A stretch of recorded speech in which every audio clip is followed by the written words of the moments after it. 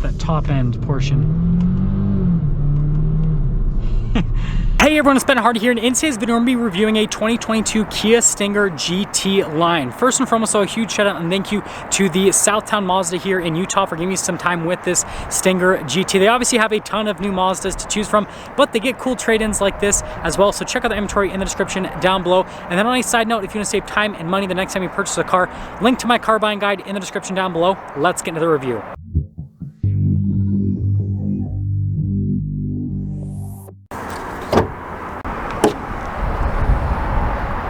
So under the hood, we have a turbocharged 2.5 liter 4-cylinder that goes through an 8-speed automatic transmission. It's good for 300 horsepower and then 311 pound-feet of torque. And in normal Kia fashion, it says turbo here in the center. Now let's go to the front end of the GT line. So first off, you notice here with the accenting on either side of the hood, we've got the new Kia logo. And then coming down below, you can see here with the headlights, definitely a cool aesthetic with the accent lights. And then we've got more accenting here off to the side. And then you can see here with the center portion in there and the grille, definitely cool from an aesthetic perspective and just the coloration overall. And then notice how the bodywork down below looks really good as well. And well, there's the front end. Now coming on the side here, we've got two 25mm tires wrapped around 18-inch wheels in the front and over in the rear as well. And then as for the wheel design itself, notice how you've got the silver there on the top and then it's kind of darker down below that. Definitely a cool aesthetic. I love the accent piece here off to the side, and then notice the body line that kind of goes from that. And taking a few steps back, we can kind of see a side-ish view here on the Stinger. Also, I love the coloration on the mirror. Notice how you've got that and then the mirror as well that match from a color perspective, and that looks really good. Now here is our key fob. We have our remote start here. We've got the lock, the unlock as well, and then the horn on top of that. And yeah, pretty straightforward setup. And you do have to open up the hatch yourself. It is hydraulic, pretty simple. Storage space in the Stinger is fantastic, as you guys can see here. Really solid in terms of the storage space for that. And then notice, got the Stinger logo right there. And underneath, you can see the extra storage space there. Notice we do have the cargo cover here in the back. And then when you're all done, all you got to do is just hold this, throw it down, and then you're good. Now finishing things up here with the rear of the Stinger. So first off, you notice here we've got the new LED light bar. Definitely a cool aesthetic at the Stinger logo down below, and then also says GT line all-wheel drive. And then with the exhaust tips, definitely adds to the aggression of the car. And I think this is one of the best angles on the Stinger. It's kind of like your 3/4, so you can see the exhaust tips and everything going on. Now here's a door panel in the rear. You can see here with all of the padding and stitching, and then down below as well.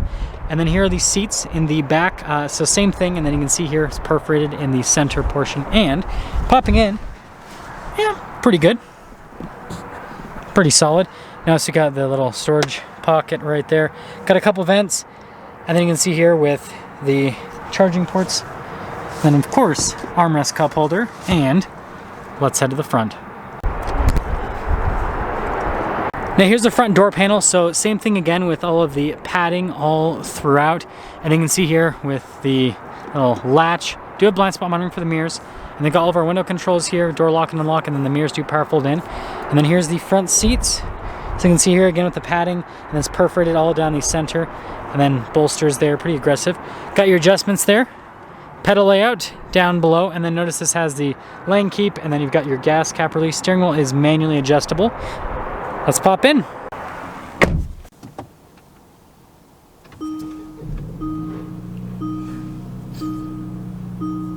So here is the steering wheel with the GT line. You can see here, soft touch here at the top and at the bottom. Notice it says GT line. And it's perforated here on the sides to get a little bit of a better grip. Paddle shifters there on the back. Got your voice command, volume controls. Controls for the center stack, cruise control as well. And then it does have the steering assistance, which is a huge plus. And also, of course, turn signal light, stock windshield wiper stock. You know, the usual.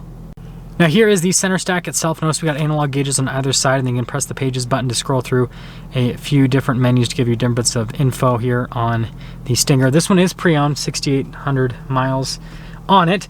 And let's go through the drive modes. So notice we've got our Smart, Eco, Comfort, Sport, Custom that you can go through, and that's all. Now here is the center infotainment system. First off, we're going to pop it into reverse. So we've got a backup camera with trajectory lines. They do turn with the steering wheel, and also got parking sensors as well. Moving to the rest of the infotainment system, it is a touchscreen. Response time with the screen is fantastic. Now, key features on this. Of course, sounds of nature. You guys know that. But other than that, it's pretty self-explanatory. It's really user-friendly, and it's close enough that it's easy to use. And then notice the padding all around it with the stitching. That definitely looks great. We've got our vents here just down below, and then you can see here we've got analog controls to the infotainment system, dual zone climate, and we have our wireless phone charger here, and then you can see little charging ports, and then you can cover this up if you don't want to see it.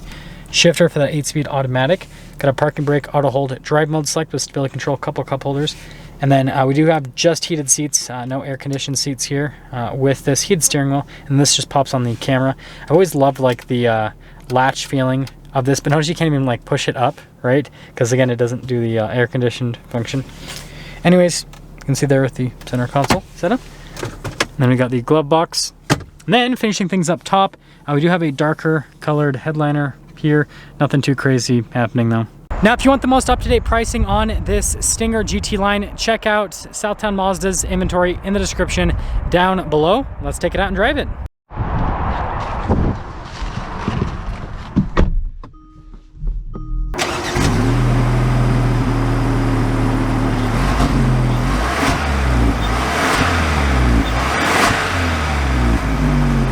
Well, let's talk about visibility before we set off. There's visibility of the hood. Both mirrors do have blind spot monitoring. And then throughout the rest of the rear, and let's set off. So setting off here in the Stinger GT line, popped it right into sport mode because you know what? We're gonna have our fun today, right? So first off, getting up and moving. It's been a little bit of time since I've driven a Stinger, but it's always a fun car to drive. It's always a unique experience. We're gonna pop into the manual mode. Shifts are quick. Yeah, this is quick. This is quick. Look at that G-Wagon. Always love to see the new G-Wagons. Yeah, definitely super solid from a transmission perspective. Kind of get another little acceleration here. So when you're in the mid-range, it feels really punchy. But once you get above that and you're kind of at the top end, it does start to slow a little bit. And that's where you're going to feel a difference between this and the Stinger GT with the twin turbo 3.3 liter V6 is at that top end portion. It downshifted to first gear for me when I put my foot through all the way to the floor. That was pretty cool actually. And since this is a car with miles and everything, we can actually get on it and have quite a bit of fun with it. But continuing along, this is also super smooth from a ride quality perspective. That's pretty cool. It's been quite some time since I've driven a Stinger at higher speeds too. The roads that are around the Kia dealership are not the highest speed, and so can't really get necessarily the quickest accelerations. It's so easy to drive. And it goes into first gear super smooth. It's quick. It is quick. This is a fun car to drive, let me tell you.